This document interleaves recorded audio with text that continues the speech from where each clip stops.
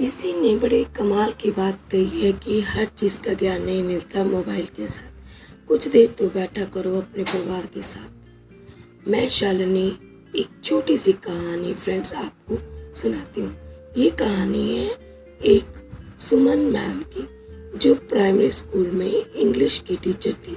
और एक दिन वो अपने क्लास में थी। उन्होंने क्लास में सारे स्टूडेंट्स को एक सरप्राइज टेस्ट दिया। उन्होंने कहा कि आपको एक टॉपिक पर जो मैं दे रही हूँ उस पर आप लोगों ने कुछ लाइंस लिखनी है। और टॉपिक था वाई विश, मेरी ख्वाहिश कि मैं क्या करना चाहता हूँ। तो सारे बच्चों ने अपना अपना जवाब जो था आंसर शीट में लिख दिया। मैम को कॉपीज सबमिट कर दी। मैम घर आ गई। घर आकर कॉपीज चेक करने लगी तो उनके हस्बैंड ने, जो कि मोबाइल में लगे हुए थे, गेम खेल रहे थे, सोशल मीडिया चला रहे थे और बिजी थे। उनको पता भी नहीं था कि उनकी वाइफ जो है कॉपी चेक कर रही है और पास में ही बैठी हुई है। सब अपने अपने काम में व्यस्त थे। घर में दादाजी अपने मोबाइल में लगे हुए थे, दादी जी अपना फ़ोन चला रही थी। सब अपने अपने मोबाइल में बिजी, अपने अपने जो दुनिया में मगन थे।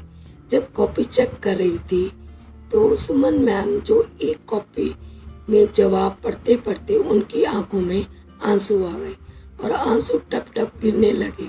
हस्बैंड का एकदम से ध्यान गया कि तुम क्यों रो रही हो। तो सुमन मैम वो पूछने लगे। मैम ने कहा कि इसमें जवाब कुछ ऐसा लिखा है। हस्बैंड ने पूछा कि ऐसा क्या लिखा है इसमें कि तुम्हें रोना आ रहा है। क्या टॉपिक था जिस पर इतना तुम परेशान हो गई हो? कोई इमोशनल बात थी? सुमन मैम ने कहा नहीं, टॉपिक तो बहुत आसान था। मैंने बच्चों से कहा था कि आज माई विश, मेरी ख्वाहिश पर कुछ लिख कर बताएं। और एक बच्चे ने कुछ ऐसा लिख दिया जो पढ़कर मेरी आंखें नम हो गई। मुझे समझ नहीं आ रहा कि क्या करूं। हस्बैंड ने पूछा क्या लिखा है? तो उन्होंने कहा कि बच्चे ने लिखा है कि मैं चाहता हूँ, मेरी ख्वाहिश है कि मोबाइल चला जाए, दूर चला जाए, हमारे घर से दूर चला जाए। मेरे दादू मोबाइल चला रहे होते हैं। घर जाता हूँ तो दादी मोबाइल चला रही होती है। और स्कूल से जाता हूँ और सोचता हूँ खेलूँगा, बात करूँगा, कोई बात नहीं करता, मोबाइल ही चला रहे होते हैं। चाचू चाची भी सब मोबाइल चला रहे होते हैं। पापा स्कूल से आते हैं, अपना काम निपटा करके वो भी मोबाइल चला रहे होते हैं। स्कूल की जॉब खत्म करने के बाद सब मोबाइल चला रहे होते हैं। मम्मा स्कूल से आती हैं और वो भी काम खत्म करके पढ़ा के बच्चों को तो मोबाइल चला रही होती है। मुझसे कोई बात नहीं करता। फिर नीचे बच्चे ने लिखा कि अगर आपको जादू आता है तो मुझे जादू सिखा दो, क्योंकि अगर मोबाइल दूर नहीं जा सकता तो मैं मोबाइल बनना चाहता हूँ। मैं वो मोबाइल बनना चाहता हूँ जो अपने दादू के पास रहे। मैं वो मोबाइल बनना चाहता हूँ जिससे दादी को बड़ा प्यार है। और मैं वो मोबाइल बनना चाहता हूँ जो बुआ जिसमें दिन भर व्यस्त रहती है। वो मोबाइल जो स्कूल से आते हैं, अपना काम निपटा करके जैसे ही घर आते हैं पापा जॉब से, वो मोबाइल उठा लेते हैं। तो मैं वो मोबाइल बनना चाहता हूँ कि आप मुझे ऐसा जादू सिखा देंगे।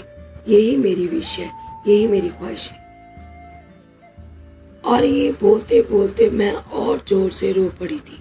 हस्बैंड ने पूछा कि कैसा बच्चा है बेचारा, उसके घर वाले इसको टाइम ही नहीं देते। वो तो पूछा क्या नाम है बच्चे का। तो सुमन मैम और रोने लगी, कहने लगी कि गोलू ने लिखा है कि अपना बेटा मनीष, जो मेरी ही क्लास में मेरा स्टूडेंट भी है, और वो ये लिख रहा है उसे घर में कोई टाइम नहीं देता, मोबाइल बनना चाहता है।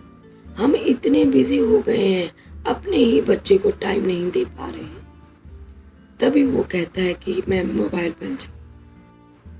ये कहानी मैम के उनके बच्चे की नहीं, कहानी सब किसी की है। हम में से ज़्यादातर लोग सिर्फ मोबाइल के साथ ही चिपक गए हैं।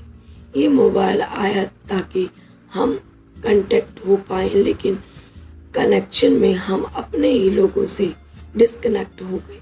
घर में आज एक दूसरे से बात करने के लिए लोगों के पास टाइम नहीं है। जरा सोचिए, ये कहानी सोचने पर मजबूर करती है।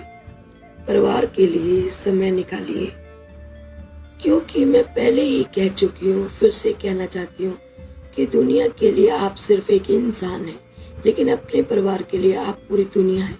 एक बार फिर से कहूँगी कि कर दिखाओ कुछ ऐसा कि दुनिया करना चाहे आपके जैसा।